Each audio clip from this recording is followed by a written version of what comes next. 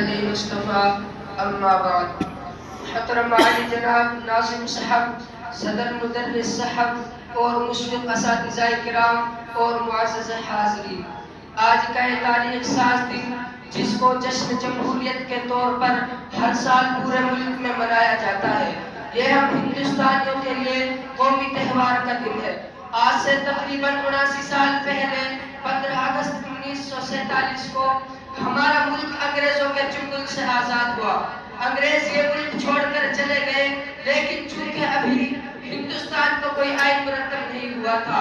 اس لیے آزادی کے بعد بھی کچھ دنوں تک انگریزوں کے آئین کے مطابق ہی ملک کا نظام چلتا رہا۔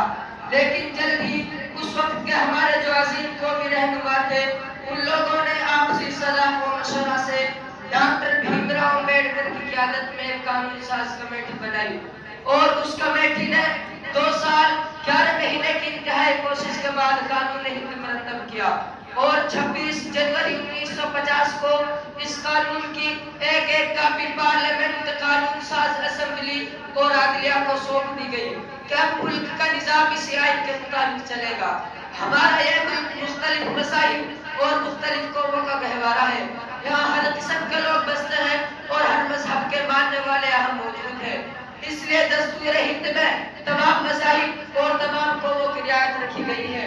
اور آئین کی پہلی دفعہ یہ بنائی گئی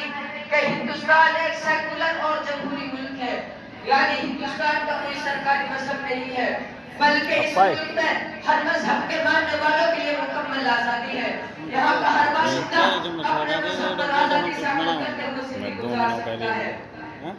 اور آئین کی پہلی دفعہ در حقیقت یہی ہمارے ملک کی شناخت ہے۔ اسی پر عمل کرنے میں ملک ترقی کرے گا اور ملک کے اندر امن و سکون کا ماحول بنا رہے گا۔ علامہ اقبال کے شعر کے ساتھ میں بات ختم کرتا ہوں کہ مذہب نہیں سکھاتا آپس میں ویر رکھنا، کہ مذہب نہیں سکھاتا